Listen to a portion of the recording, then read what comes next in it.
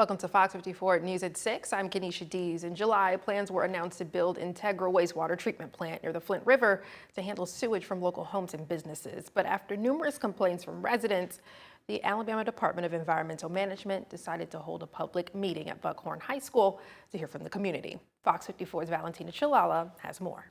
ADEM is holding a community meeting today at 6 p.m. at Buckhorn High School to hear input from residents about the proposed wastewater plant near the Flint River. Neighbors from surrounding areas are expected to attend and share their concerns. Residents in New Market, closest to the site, say they hope to delay or deny the project to protect their community and the river. The proposed wastewater plant would be built just a few miles from the Flint River, where residents say they kayak, fish, and spend time outdoors. They say their concerns include water quality, property value, and impact on local environment. We are wanting to express our community concerns with them in order to delay or deny the permit that has been proposed. What we're hoping to do in that quote-unquote downtime is to work with our local government, state level government, to try and get better zoning laws for areas that are outside of the city limits. Because there are no zoning laws, they are allowed to put a wastewater treatment plant right next to a subdivision. Meeting attendees say they hope ADEM listens closely to their input before making any decisions about the proposed plant. In New Market, I'm Valentina Chalala, Fox 54 News. Officials say they will review all comments from tonight's meeting before making any decisions on the proposed plant. Residents say they plan to keep pushing to protect the Flint River. Here is a live look from Rainbow Mountain in Madison. You can see the sun setting, and Jordan will tell us exactly when in just a few, but nonetheless a beautiful view to close out this evening. Let's bring in Fox 54 Weather Impact Chief Meteorologist Jordan Dressman. Jordan, how was the rest of this evening? Yeah, it's going to be a wonderful evening across the Tennessee Valley, and I certainly hope you're able to spend a little bit of time outside this evening. Of course, we don't get to spend a ton of time outside through the course of the afternoon. The kids are at school, everybody's at work. Now it's the evening, and we're talking about really some beautiful weather this evening. Live look out over the parkway. We're looking northbound on Memorial Parkway. Traffic seems to be moving smoothly, so if you're waiting on somebody to get home this evening and they're traveling on the parkway, at least on this little section of the parkway, there are no problems. So if you're waiting on somebody to head up to Marienville, Hazel Green, seems to be smooth sailing. Sun's going to set in right around 10 minutes. I believe sun sets at 6:12 p.m. Temperatures cooling off into the 70s after climbing into the 80s this afternoon. 75 right now in Fort Payne, 77 in Florence, 74 in Pulaski. Coleman, good evening. You find yourself sitting at 78 degrees. We're going to drop into the lower 50s as we head into the overnight. A couple of folks across southern Middle Tennessee, far northeast Alabama, those folks might be able to drop into the upper 40s across the Tennessee Valley. From there, above average tomorrow afternoon, 83 degrees. But as we head into the later part of the week, we're going to begin to talk about a cold front. It's going to bring showers and thunderstorms and cooler air into the area. We'll discuss it in just a few minutes. We've learned a judge has ordered responses for two critical motions related to several Smith Lake boat crash lawsuits. Flint Davis, the professional angler facing manslaughter charges in the April collision that killed 3 people, is seeking to pause civil proceedings, citing Fifth Amendment protections against self-incrimination. Davis, pictured here, faces 3 counts of manslaughter after his boat struck another vessel at 67 miles per hour during an MLF tournament. Separately, Major League Fishing asked the court to consolidate the case with 2 other wrongful death lawsuits filed by the victims' families. Circuit Judge Gregory Nicholas has given parties 30 days to respond to both motions. Davis faces 3 counts of manslaughter after his boat struck another vessel at 67 miles per hour during an MLF tournament. A Huntsville woman is being charged with murder after a car crash killed 1 person and injured 5 other people. Huntsville police say on February 23rd, a car crossed the center line and struck another car near Blue Springs Road and Esther Avenue. 27-year-old LeBronte Smith died at the scene while 2 other adults and 3 kids were hurt. Police arrested Shaquila Hodo, pictured here, thanks to tips from Crime Stoppers. She's charged with murder and 3 counts of assault. Have you seen this man? The DeKalb County Sheriff's Office is looking for Miguel Alonso, who is wanted on felony warrants for voyeurism and burglary. The Sheriff's Office says Alonso is 42 years old and lives in the Kilpatrick community. If you've seen him, you're asked to call the DeKalb County Sheriff's Office at the number on your screen, 256-845-3801. A man shot by a 17-year-old at Hilltop Terrace, we've learned, has died. Huntsville police say the victim, 59-year-old Randy Reed, died from injuries he sustained in the shooting on Friday. An investigation determined the 17-year-old fired the weapon. They were arrested and are now being charged with reckless murder. A Lauderdale County man has been sentenced for killing his wife. According to court documents, William Chapin will spend the next 30 years behind bars. Chapin pled guilty to murdering his wife, Deborah, in March of last year. Last year, Deborah's co-workers reported she hadn't shown up for work.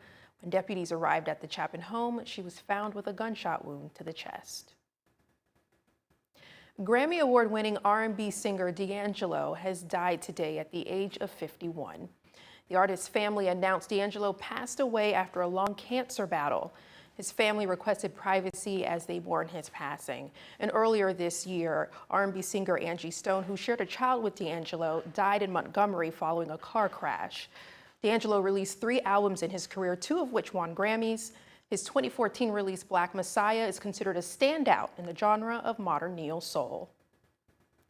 The city of Florence has updated its noise ordinance for cars. Under the new rules, officers will now use decibel readers to measure sound. Cars are limited to a maximum of 60 decibels when measured from 6 feet away, and drivers will also be prohibited from honking car horns in public areas and using stereos or radios loud enough to be heard from 50 feet away. Certain exemptions apply, which you can find on FOX54.com. Boeing's location in Huntsville just landed a multi-billion-dollar missile contract. Officials announced today that Boeing's Huntsville operations will produce thousands of Patriot Advanced Capability 3, or PAC-3, missile seekers under a multi-year contract worth about $2.7 billion. More than 3,000 seekers will be delivered through 2030. Boeing is teaming up with Lockheed Martin and the U.S. Army to meet the growing demand. Since the year 2000, Boeing's Huntsville facility has delivered more than 6,000 PAC-3 missile seekers to the U.S. Army as a subcontractor for Lockheed Martin.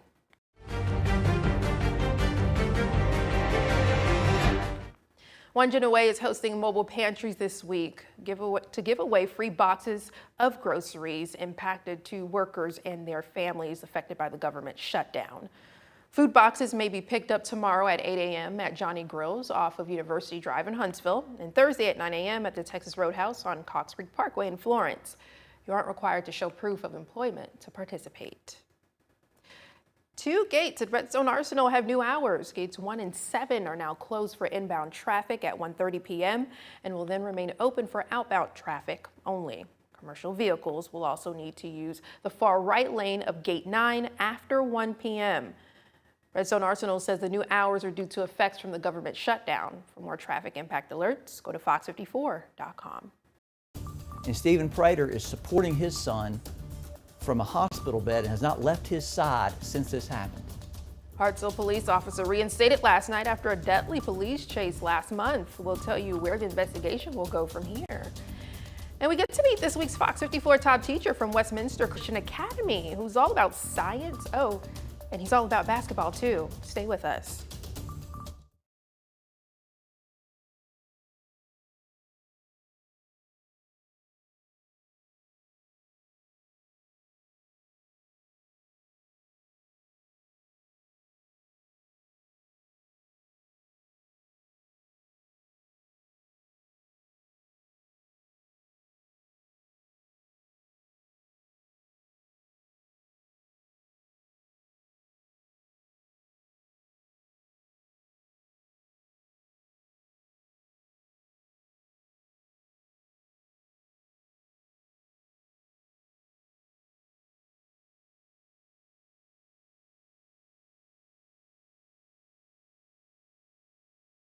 Mic check, 1, 2, 3, Caleb, Fox 54, Caleb, cool.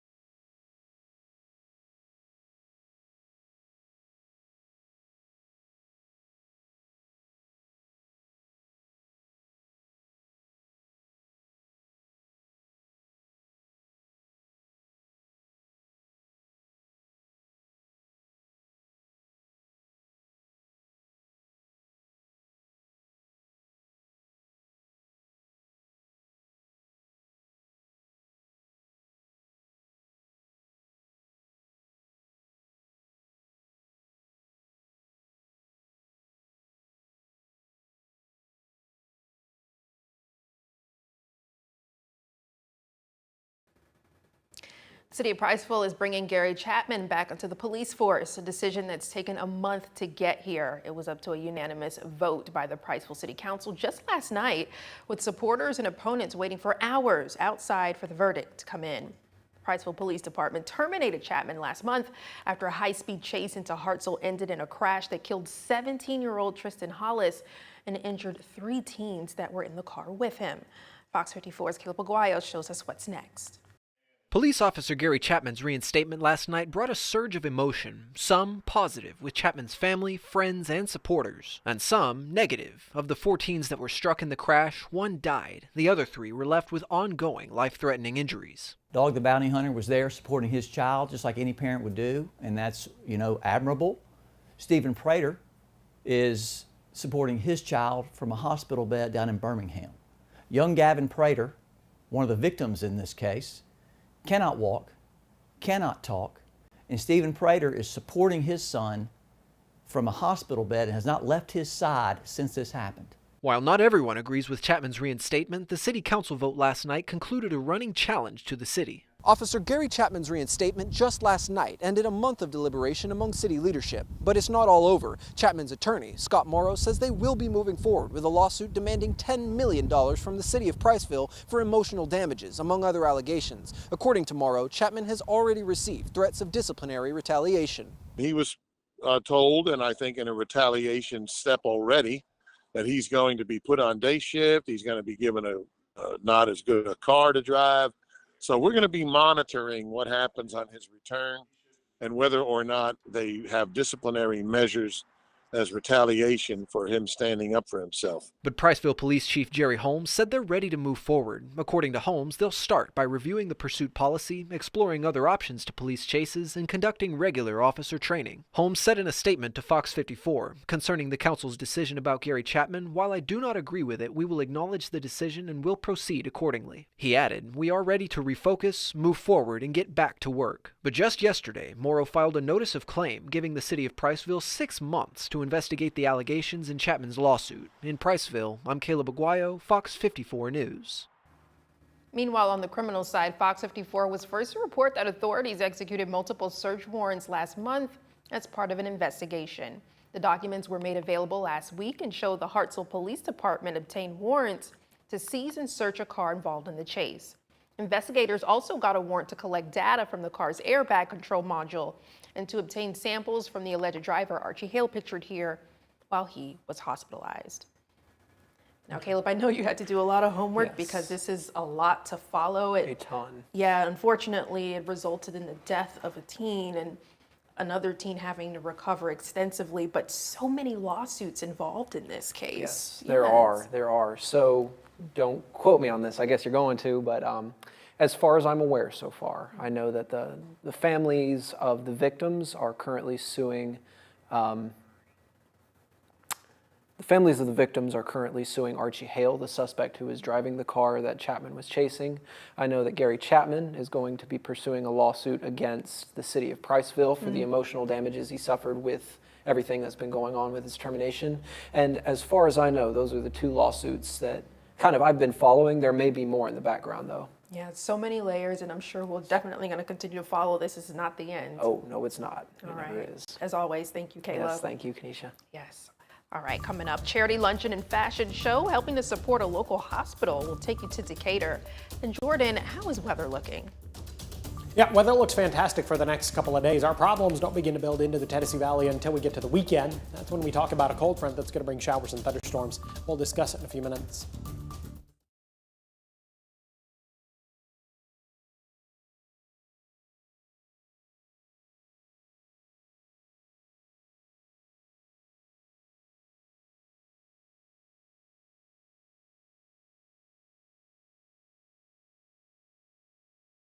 Would you look at that? There you go.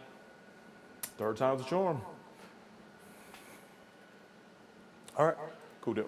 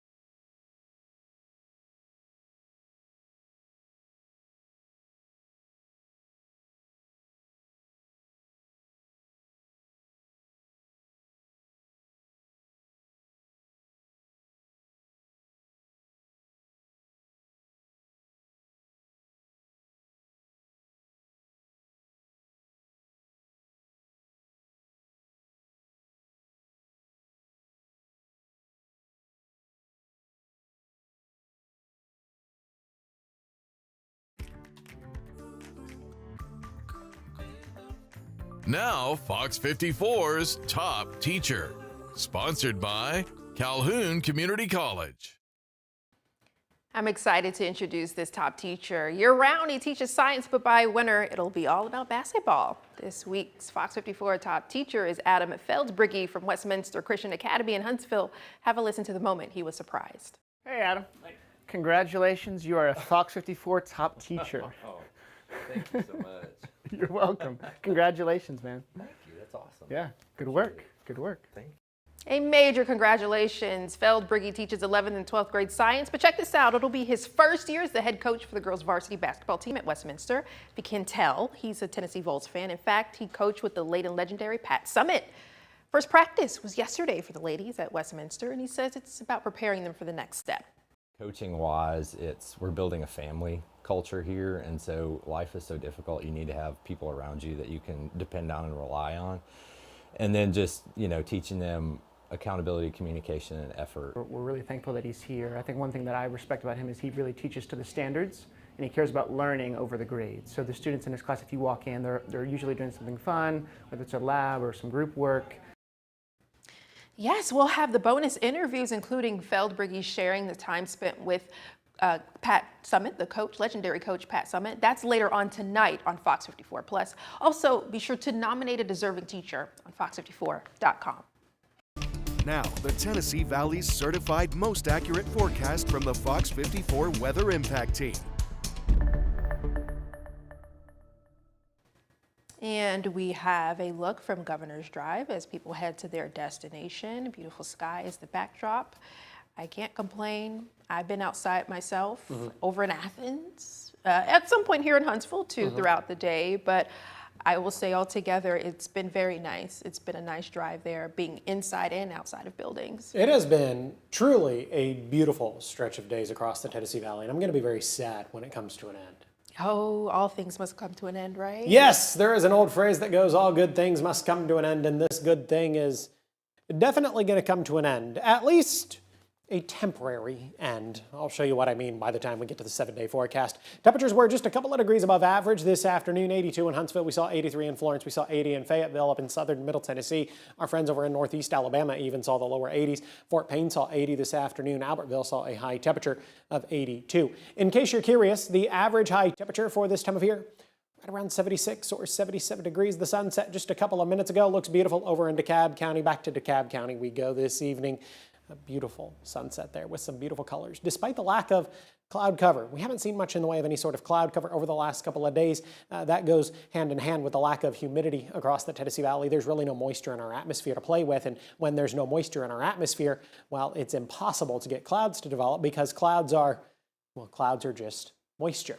77 right now in Huntsville, a pair of 74s for both Pulaski and Fayetteville. Coleman sitting at 75, Moulton also sitting at 75 degrees. We're going to see temperatures cool off once again as we head into the overnight into the lower 50s across the Tennessee Valley, specifically up across southern Middle Tennessee. Now, up across southern Middle Tennessee, I would not be the least bit surprised if somebody ends up dropping to 48 or 49 degrees. We could see the same over in northeast Alabama, the higher elevations of northeast Alabama, Jackson and DeKalb counties, maybe even into Marshall County.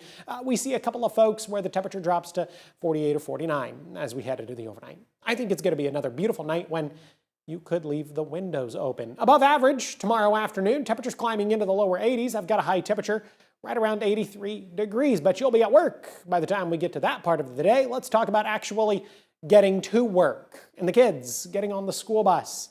Wednesday morning, 54 at 7, 57 by 8, 62 by 9, 70 degrees at 10 a.m. with plenty of sunshine, a lack of humidity. Really is going to be a beautiful morning. We're going to stay quiet for the next couple of days, until the weekend, as a matter of fact. Until we get to the weekend, we're going to maintain the quiet conditions, the ample sunshine, and the low or no humidity. Now, once we get to the weekend, a cold front is going to begin to move into the Tennessee Valley. It's going to bring some showers and thunderstorms to our neck of the woods, some of which could be on the stronger end of the spectrum. Now, understand we're talking about something that's going to happen later this weekend, and it's only Tuesday. We do not have the finer details of the forecast worked out. What we can tell you is that it could potentially have an impact on racing down at Talladega, at least for part of the weekend. Friday and Saturday look wonderful. If you're going to be venturing down this weekend, I know a lot of folks go camping all weekend. Friday looks great, 83 degrees. Saturday looks wonderful, 84 degrees. Sunday, however, we're going to call questionable right now. Things could change, but for the time being, we are going to call Talladega questionable. The tropics, we still have Tropical Storm Lorenzo out in the Atlantic Ocean right now with winds of 40 miles per hour, poses no threat to the continental United States. Have a good look at the next 7 days. 83 degrees on Wednesday, 82, 84, 85. Thursday, Friday, Saturday. A noted increase in the amount of cloud cover across the area on Saturday, but it does look like we are going to be dry. Showers and thunderstorms right now look like they would move into the Tennessee Valley Saturday night and then through the first half of the day on Sunday. Cooler Sunday, 74, 74 on Monday with plenty of sunshine. 76 degrees by the time we get to next Tuesday. Sea of Pink filled the Ingalls Harbor Pavilion today for the Power of Pink event, the event hosted by the Decatur Morgan Foundation, and it was for breast cancer awareness. More than 800 women and 60 men go to the foundation's event each year. The Power of Pink raises money for breast health each year. This year's proceeds will help fund the Affirm Upright Breast Biopsy Guidance System. Kelly Powers, the hospital president, says awareness is crucial when it comes to breast cancer. A lot of times women let their health go for others, and really our focus today is to let them know, please don't do that. You know, if you see something, feel something, think something's wrong, then just go and get it checked out, because chances are there might be something wrong. Attendees enjoyed their meal while watching models walk the runway, rip the runway during the fashion show. There they go, strutting. Guest speakers were also featured during the event, including doctors from Decatur Morgan Hospital. Huntsville Parks and Rec is hosting the first ever Dink Pink Pickleball Day, and that is tomorrow in honor of Breast Cancer Awareness Month. The free citywide event will be held at recreation centers across Huntsville. Players and fans are encouraged to wear pink and can pick up ribbons or pink-themed giveaways while supplies last. Players of all skill levels are welcome to join. For a full list of locations, go to fox54.com. All right, coming up next in sports. Season is right around the corner, and today we had a chance to hang out with the Crimson Tide down at Media Days. More from SEC Tip-Off 2026 is next.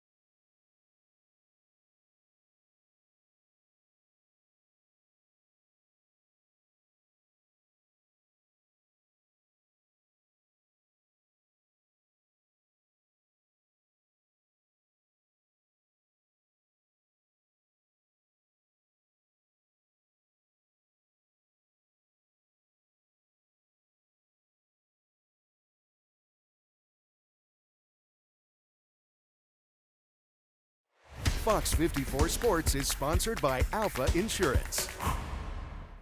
And happy Tuesday, sports fans. The SEC tip-off is underway, and Coach Christy Curry and her Crimson Tide rolling into the Grand Bohemian Hotel in Mountain Brook this afternoon. Alabama's coming off a 24-win season and just coming up 3 points shy of reaching a Sweet 16 for the first time since 1998. Last year, the Tide were led by 3 seniors, Sarah Ashley Barkler, Aaliyah Nye, and Zay Green, all of whom were selected in this year's WNBA draft. Turnover of that magnitude usually means regression, but Coach Curry seems to be really excited about the talent she has this season. We lost 67% of our scoring. 41% of our rebounding and 61% of our assists on a top 25 offense and defense a year ago. But I'm so excited about what this team can become. A top 20 recruiting class, 4 freshmen, 3 transfers, 8 returnees. 3 of those that did not play a year ago due to injury are back. And we are really excited about the potential and what this team can become. Coach Curry shared a lot of information with the media this afternoon. Head over to our digital channels like Fox54.com, the Fox 54 YouTube page, or the Fox 54 Plus app to check out that entire interview. The app you can download for free and watch on your TV. Hey, hockey season is also on the horizon. The Huntsville Havre beginning their March to President's Cup with training camp this week at the Iceplex. Stu Steffen, he's got a great nucleus of players returning this season. Now we will chat with Coach Stu and some of his players this evening on Fox 54 Sports at 9. So keep it locked for those stories. Kanisha. Yes, coming up tonight at 9, President Trump honoring the late Charlie Kirk today, giving the conservative activist the highest civilian honor in the United States. A meeting happening right now debating over the possible addition of a wastewater treatment plant, which has residents concerned. It's officially been 2 weeks since the federal government shutdown began, and the Senate set to vote again tonight. We'll have the results of that vote and what the next steps are. We'll have all this and more tonight at 9. Before we let you go, Americans are known to go all out for Halloween, and this year won't be any different. The National Retail Federation's annual consumer survey reveals Americans expected to spend on average of $114 per person this Halloween, or $13.1 billion in total. The survey finds Americans will spend $3.9 billion on candy alone, while also spending more than $4 billion on costumes and close to the same on decorations. You know, I had a conversation with my sister last night, and she was telling me plans